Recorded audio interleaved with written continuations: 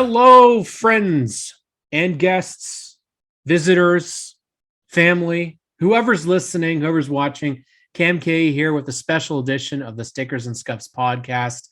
We've got this is actually really exciting. We've never actually been newsbreakers before, but we have a brand new team in the NASCAR Pinty series with their driver. Now he's not brand new to the series, but he's here. And he's come on to chat with me tonight. Daniel Bois, thank you so much for joining me tonight. I'm really excited to have you here. Yeah, thank you for having me. I'm excited to get on the podcast. I've been watching all the episodes and enjoy watching all of them. A lot of the guys that have been on the show are my friends from over the years. So, awesome. You want to hear what they have to say, and it's always exciting to hear.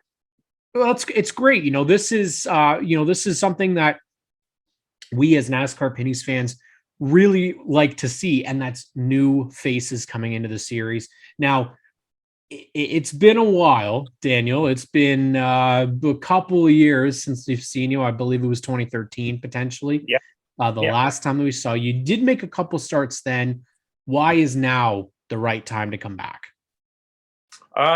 Well, just an opportunity that came along. I kind of just fell into this opportunity, so to speak.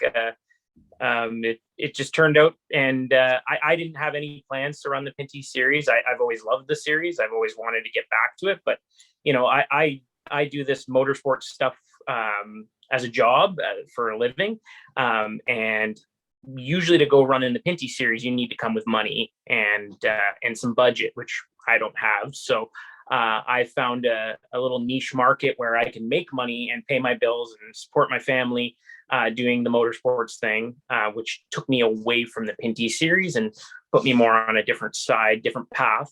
So just kind of came out of necessity to have a different path. And I've always wanted to get back. And if I ever found budget or somebody that was willing to put up their budget for me, I would definitely do it. And here we are. So let's go back and let's talk about that initial experience you did have back when it was the NASCAR Canadian Tire Series back in 2013. It was one of those things that, you're coming to the series. Typically, guys that are starting out, they've got to go with a driver that has a car. So you were able to do that with DJ Kennington. Talk about a great name to be partnered up with, and another great name in Trevor Siebert. So first off, what was the experience like making your way into the Canadian Tire Series back then? How were you able to put that deal together? So that deal came together by a friend of mine, Eric Bellisario was his name. He owned Thermo Technology Services. He's been on Gary Klut's car as well. They're good friends as well. So Eric and I just got chatting about motorsports and decided he was willing to sponsor me. So we went and ran the Atlantic Classic, or a Gamblers Classic, down in Atlantic City with the open wheel midgets. So he essentially funded that to go down there and do that. And then he said, what else can we do? So I said, well, we could go run some NASCAR. I've always wanted to do that. So we approached DJ about it. DJ said, let's set something up. I'd known DJ for years through JR Fitzpatrick. JR and I had been friends, since we were kids. So we put the deal together. Unfortunately, we had mechanical issues with the car pretty early in the race. So we didn't really get to show our stuff. It was unfortunate that way. And we just didn't have the budget to do any more races, but I would have liked to show what we had. We were running pretty well when the car broke. I think we started near the back because of the qualifying got cut short because a car caught on fire. So I didn't get a lap in. So I had to start near the back. And I think we worked our way up to about 6th place. And car broke. So it was something in the rear diff broke. DJ was a real gentleman about it. He said, by no means was it any of your fault, which, as a driver, that's always your worry, is like, did I break the car? Yeah. But DJ was like, no, man, sometimes cars break. So that's what happened there. And the contrast, because you went from CTMP, a huge road course, permanent road course, to driving Kawartha Speedway. Now, obviously, sadly, it will no longer be with us, as it's going to be, torn down. But let's talk about your memories of running on an oval. Yeah. So I had I've experienced with the ovals. I've run Can-Am midgets for years. That was my first experience in a stock car on an oval. So that was a bit of an eye opener. Admittedly, I was off pace and just didn't feel very, very comfortable. Again, car owner was amazing. Trevor was really good. Trevor said to me, Dan, don't worry, it's an old car. We're running a built motor. We're this, we're that. Just get some experience, get some laps. Me being a competitor, mad at myself for weeks and weeks after, even probably years after, because I just didn't feel like I had very good pace. Unlike at Motorsport or CTMP, where, I just felt you feel at home right away. I'd run Kawartha in a Can-Am midget before. And yeah, we were super fast there.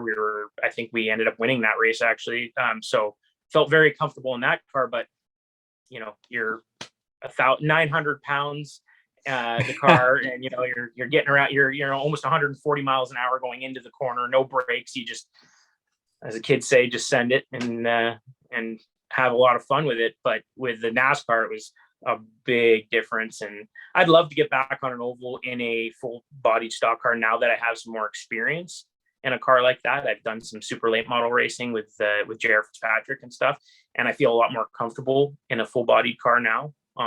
But road course is kind of what my bread and butter. That's where I put food on the table. Well, it's interesting that you've mentioned some of these names that you were friends with, because one thing that you can talk about J.R. Fitzpatrick is that, yeah, he's a great oval track racer, but he's one hell of a road course driver as well. And in this series, you can't be good at one discipline. You have to be good at both. Is that what is attracting drivers from road racing into this series now? Because it almost feels as if it might be a little easier to adapt from road courses to ovals, but not so much from ovals to road courses. Yeah, no, I agree with that. That seems to be what really, like, even you look at Malcolm Straw, and him and I have been friends for years. We work together. Great guy. Yeah. At Motorsport. Yeah. And we talk almost every week to each other. So, and that was the one thing he said. He goes, "Oh man, I'm hooked now. I've had so much fun here." And I kind of did the opposite approach. I started on ovals and have transitioned over to road course, where these guys have, started on road courses and transitioned. And it's a cool experience, and it's a different style of racing. And I think it's harder to be good and run at the front in the Pinty series on the ovals than it is on the road courses. So let's go a little bit further into that, because behind the wheel, what is the feeling when you're in an oval race compared to, say, a road race, a street race, wherever it would be? Is there more pressure, less pressure? Is it more nerve-wracking, less nerve-wracking? Or do you feel that you need to get back in an oval experience to kind of see what it's like now? I think that all depends. Like, for some people, CTMP there's so much speed there, and the corners are so fast, right, that might throw some guys off if they haven't done it before. But for me, I'm so comfortable at that track I spend every day there going around, usually in the right seat, coaching somebody. So that shock factor of going over corner two is not there anymore for me. The shock factor for me would be at Flamborough, somebody dive bombing me on the inside when I already feel like I got somebody on the outside of me. And, there's just so much going on in such a small space. That would affect me. But a guy like, let's say, DJ Kennington, who is a phenomenal oval racer, he feels at home in those situations, right? Now he's got so many years of experience that he's probably comfortable on the road courses as well doing that. But so it depends on what your background is, what you do more. If you spend every week at a short track, you're going to feel more comfortable there. So you did mention earlier that we're talking about backgrounds here. You said that you'd come from Can-Am midgets. Let's talk about your history, because you've mentioned that this is you've got a career in motorsports, and that's not something that everybody that does drive on a weekend in racing can say, that they have a motorsports career. So let's go back, talk about your first experience with racing, and then Yeah. we'll progress. Yeah, obviously, like most people, it started with go-karts and things like that. I didn't go heavy into the go-karts like some of the kids, where with a lot of traveling and things like that. It was Right. more whenever I could get out there, because my father raced. He raced in Okay. the midget series. So to start off, my dad said, "Hey, when I'm racing, you guys aren't racing, and you're going to work on the cars. You're going to build the cars. You're going to work in the shop every night on them. And when the opportunity arises, then you'll get in a car." So it's kind of a funny story. The one year at Stauble Beach, where we usually do a double header there in the Can-Am midgets, my dad was crashed the car on the Saturday night, decided to have a few adult beverages later in the evening, and said, As you do. I'm not gonna. Yeah, he goes, "I'm not going to be able to drive tomorrow. If you could fix that car, you can drive it tomorrow." So my brother and I got excited. We're like, "Let's get into the trailer." We started fixing the car with a lot of help from some veterans in the series, like David Balich, Andy Macarith, some of the guys that had been around for a long time helped us fix the car. Went out there and surprisingly did pretty well for my first time in one of those cars. I think I finished up near the sharp end of the field. And yeah, the next year I was offered a ride from one of the teams driving their second car. And that's how my career started in Can-Am midgets. And yeah, I worked my way up through some of the teams. Cliff Walsh was the team I won the championship with. So Cliff gave me a shot there. Got to run for a while in that series and just had a ton of fun with it. Lots of wins and lots of crashes as well. But that's how you learn, right? So then progression from Can-Am midgets, where does your career go next? Yeah. So after that, I've done a little bit of everything, to be honest. I've done some ice racing, road racing. What? Yeah. So we've done some I did some modified racing. I ran Autumn Colors Classic for Shane Gowan and his modified that he had at one point. Then I did some super late model racing with JR. And I always had this kind of mentality that I never wanted to be a big fish in a little pond, and I didn't want to go somewhere at a lower series and dominate. Mm-hmm. And I don't think I would have dominated, but I wanted to try my hand in every little series and maybe get my butt kicked, but you know what, humble myself a little bit, see how the big boys do it. And then when I do run well, then I feel like there's something to build off of. I'm learning something, because I wanted to take something from every element of racing I've done and then apply it to what I'm doing. Because yeah, I learned a little bit in super late models, and then getting to work with JR and his crew, just understanding setup was huge. When I was working with Shane Gowan, got to work with Junior Hanley a bunch with that modified, and just try to soak in as much knowledge as I could, and try to be a sponge. And I always say knowledge is power. So as the more knowledge I have, the more power I have, and yeah, hopefully it moves me forward in the industry. Well, it got you a career in motorsports. Now let's talk about that, because you had kind of, when we connected, you had told me some stuff about what you do, and I found it extremely interesting, and I'm sure the NASCAR Pinty Series fans will find it very interesting. Let's talk about your connection to the racing world in 2021. Yeah, so my career has kind of transitioned away from racing over the last few years and more into the automotive world. I work for all the different manufacturers when it comes to automotive drive events as the pro driver, and started doing some commercials for different manufacturers, the closed course professional driver, whenever you see that on there, into some movie stuff, into some music video things as well. And it's kind of turned into a really neat career that way. And then I got a deal to run as a factory driver for Ariel Atom Canada, and got to drive their car for the last 5 years, I think it was now. And I have a full-time job actually as one of the driver coaches for FAF Motorsports now. So I do a lot of data coaching and actual right seat coaching in McLarens and Ferraris and stuff like that. So some days it's exciting and fun. Some days it's terrifying and you need to bring a lot of gravel with you. But for the most part, it's a lot better than digging holes like I used to when I was a kid. So, well, this is so fascinating that, and I think most people look at it and go, well, I want to be a racer. A lot of people want to be a racer, but to just be involved in getting to drive, is it a dream job? yeah, it's definitely a dream job. You pinch yourself every day, and the some of the names you get to work with. I just kind of look back at a list of, some of the NASCAR guys I've got to work with over the years from the truck series when they come to motorsport. Usually I'd say 90% of them would come through my school, I guess you could say, but they come out, and we always joked one of the guys from ThorSport, David Pepper is his name. He's the team manager.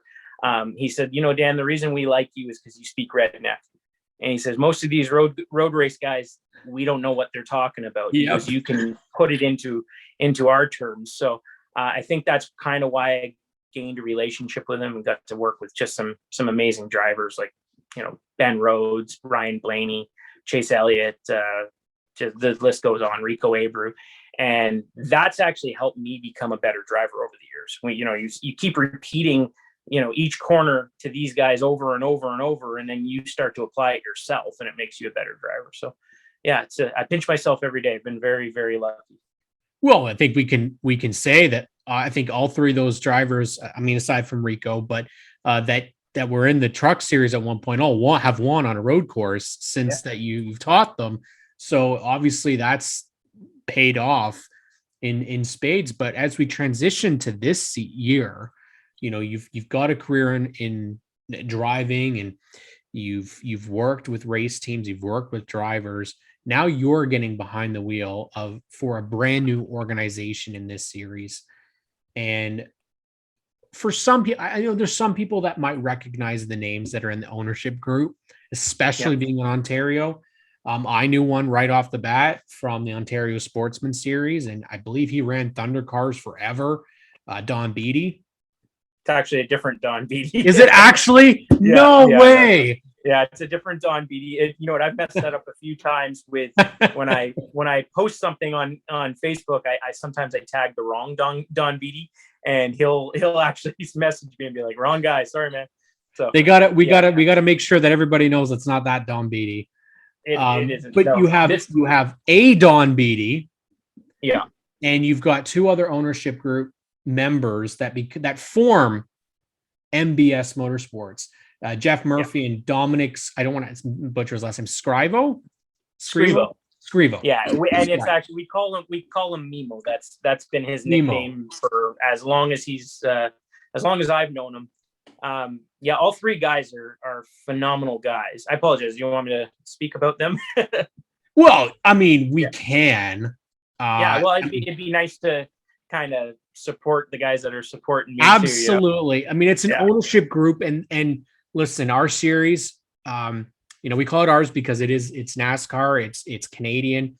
We love this series and we talk about it all the time. But the one thing that we really need is new ownership to come in and help continue support. I mean, we can't always be relying on the same names for years and years and years and years. Yeah. As much as we love them, that's a lot of pressure on the same shoulders. And then if you have, like we had a couple of years ago, you were in this series back in 2013. There's been a lot of turnover in terms of ownership and drivers, and there was nobody to kind of come in. Now we've got these three guys coming together, forming an organization, and I'd love to hear how they came together, because this kind of sprung out of nowhere. Yeah, it's actually really cool story, and they're a great group of guys.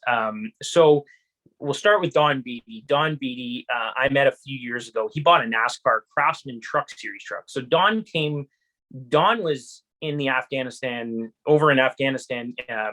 during just after 9/11, and he was a heavy tank mechanic there, and he did tank recovery. So they'd drop him into war zones to fix a tank and then get it back across enemy lines. So just really badass guy. He's just got some cool stories. Heck of a guy. He came from a drag racing background. Mhm. He's a motor builder. So they've got a shop out of Oshawa called Beatty Brothers, and they do some beautiful restorations and things like that. So I met Donnie through, he bought a Craftsman truck. And it was an old Roush truck, I think. Last ran Martinsville, and brought it here. And he was puttering around at Mosport and trying to learn the, the ranks. And we do different track days through different companies at Mosport. So one of the track days we were at was a Drive Tech event. And one of Don's good friends, Rick Morelli, who runs the days, introduced me to Donnie and said, Daniel's teaches all the NASCAR guys how to get around here. You bought a NASCAR. Why don't you see if he can help you? So I went in, shook the truck down, told him what I think it needed. Then he went back out and realized, okay, I'm figuring this out. And he's been doing it for years and he's got the bug now. Jeff Murphy is Don's essentially best friend, who is an executive for a company called Celestica. So Jeff started building a 69 Camaro, and Don was building it for him. Well, when he saw Donnie doing all these races and stuff, and he said, I want to do this too. So they went and bought 2 more NASCAR trucks. They're actually, I think they're called Pro Stock trucks. They ran in the ARCA series back, or ARCA truck series or something like that. But he got those trucks out of Calabogie from actually our crew chief, Jay Fredericks, who built those trucks and worked on them. So they bought both those trucks. Both those guys are going to go racing. And we got to spend the whole summer together, me hopping in and out of their cars, coaching them, getting them through the licensing process so they could race themselves in the regional racing out at Motorsport. So both of them will be racing next year. Awesome. And then, so it's really cool. And then Dominic, which we call Mimo, he's a really cool guy. He's somebody that actually hired me when I was 18 years old to work for his excavation company. I knew him through family friends and everything. And when I became a full-time driver coach, I ran into him again at the track just randomly. And he said, hop in my car. He had a ZR1 Corvette that he put a set of slicks on and said, let's go have some fun, and teach me how to get around here. And got to spend some time with him, and he's honed his skills, and he could probably run in the Pinty series and run pretty well. So he's a very good driver. So I wouldn't be surprised if you see him and Donnie and Jeff in the series one day. I might lose my ride, but hey, that's the goal. That's the goal as a driver coach, to build your clients up so one day they're better than you, right? Dominic bought a old ASA car, which they put a Pinty's body on, a Camaro Pinty's body, and Dominic's going to race that next year. So we're going to have so many different stock cars out there racing at the regional events. And just, we're going to have a lot of fun with it. So really cool group of guys. They want to just race. And then one day they were sitting around having a few adult beverages again after a race. And they said, let's buy a truck, like a Camping World truck, and let's race the race here. And I said, guys, that's a lot of money. You don't want to do that. I said, why don't we buy a Pinty's car? Why don't we support, our local series? And they said, sure, find us a car. First thing I did was call up Scott Steckley. So, that's the guy.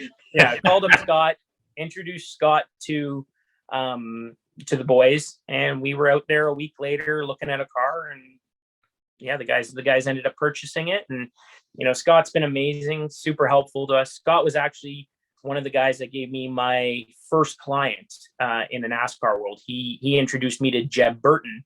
Nice. Actually, he introduced me to Ward Burton, and Ward asked me to take his son on his project. And did he ask you, and you had to ask him again what he said, or? I can't repeat the words he said to me, but it was pretty funny.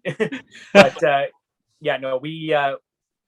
I still keep in touch with Jeb, almost weekly too. So Jeb's a great guy to talk to. But we had some growing pains at the first few laps out there, and finally he started to get it, and he's started to look really good on the road courses the last few years. So, but my phone usually blows up whenever they're going to road course with a million questions that they already know the answers to. They just want reinforcement, So you've got a great ownership group. What's the plan Yeah. for this year? I know it looks like you guys are planning on both CTMP races.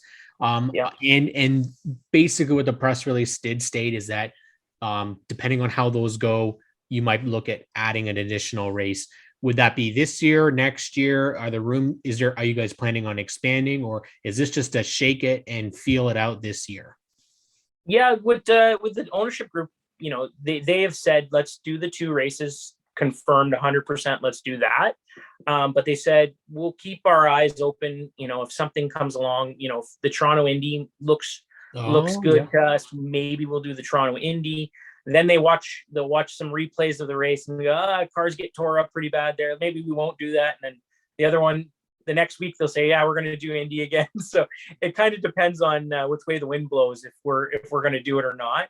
I think we're very, very lucky with our group of guys that we have. Everybody that's helping us out right now is our volunteers. So we don't want to push our volunteers, too hard with too many races right now.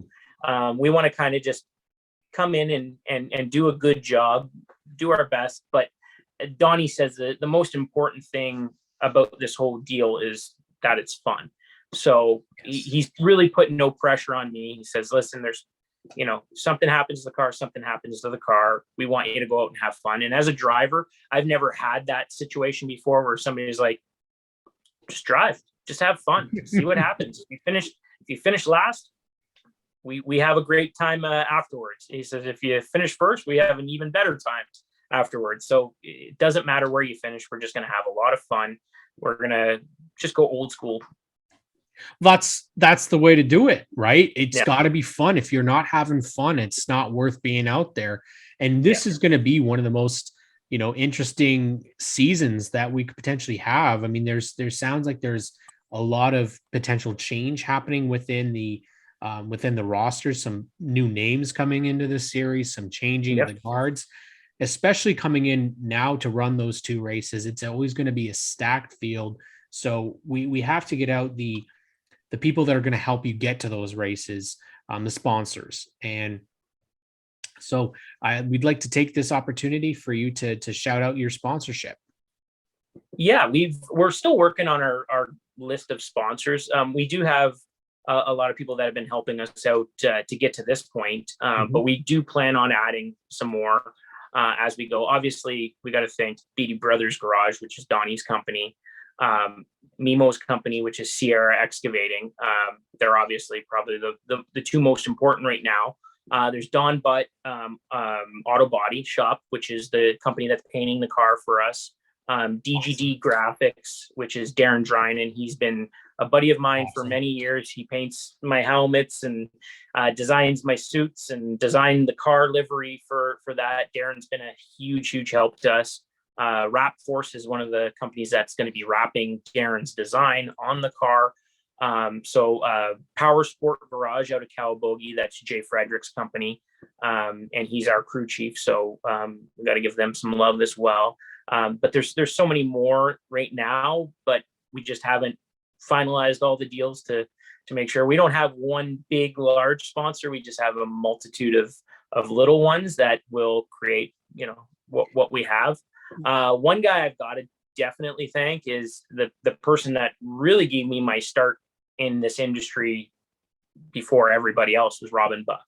Robin's been my mentor since I was 19 years old, taught me everything I know about racing. He's going to be a part of this team as well, from a consultant role. Even down to he's letting us use his pit box for the man. And Robin's like a second father to me. He gave me my start in this industry, and they're there actually. Oh, my two Robin Buck cars right there. That's awesome. I've got to thank Robin because like I said, he's been a father to me, another father to me. So got to thank him. I really like what I'm hearing here, because you've got all the pieces. You go into a track that you already know. It sounds so exciting, but people aren't probably aware of how they can follow you, got your journey. So let's hear the social media that you guys have out there. I know it's new, but Yeah, we just started it. We got to get some followers on there. So Yeah. how can people find MBS Motorsports and Daniel Bois? Yeah, so we have MBS Motorsports on Instagram and on Facebook right now. We just started that the day of the press release, so it is, just getting started, and we'll try to have our social teams, keep it updated and keep you seeing what the boys are doing with all their racing plus the Pinty's racing. They've also got a really cool group of cars that they've collected over the years between the three owners. So we're going to just show all that stuff as well. So it'll be a neat follow. So MBS Motorsports, Facebook and Instagram. For me personally, it's Daniel Bois Autosport. You can see some of the stuff I get to do, some of the racing, some of the, music videos, some of the car commercials, automotive events. And yeah, you get to kind of get caught up with what I'm doing. Lots of family stuff. My beautiful wife, Cassandra, and my two boys, Ayrton and Charles, I post a lot about them. So if you don't like the family stuff, stick with the MBS Motorsports. If you like some of that, you can look at both, right? We are all about embracing our drivers and following them and appreciating them. And, this was very cool for you to reach out to us. And we obviously are the biggest supporters of this series. We'll get you a decal to put on the car for SNS. If you ever got some blank space on there, we'll just throw it on there. We can't throw you a ton of money, but we can definitely throw you a decal and promote the hell out of you guys, because we love having some new competitors, especially one that's from my co-host's hometown where he currently lives right now. So that's definitely probably you're probably up on the favorites list just for that reason alone. But well, I'll make sure sorry. Yeah, go ahead. I'll make sure I get even higher on the favorites list for you guys. So what I'll do for you guys this year is I'm going to get both of you out to CTMP on one of our track days. I'm going to put you in the right seat of one of our cars, one of the school cars, and we're going to scare the pants off you guys there. Yeah, well, keep the pants on. I was afraid of that. I would have to be wearing pants for you to scare them off of me. So, that's a scary image. It took a weird turn, didn't it? It tends to happen on this podcast. So, Daniel Bois, I want to thank you so much for coming on the Stickers and Scuffs podcast. It won't be the last time, but definitely thank you so much. It was a great time. Thank you, guys. I've got to thank the Pinty series as well for having us, and Pinty's Food for the support that they do for all of motorsports and all of sports in Canada. So thank you to Anthony Spiteri and all of Pinty's series. Yes, absolutely. Thank you. And they've been helping us with our racing and helping us with our food. So, that definitely do a good job in keeping us entertained and full. So thank you so much. Daniel Bois, MBS Motorsports, look for them this season in the NASCAR Pinty series. Keep following the Stickers and Scuffs podcast all season long.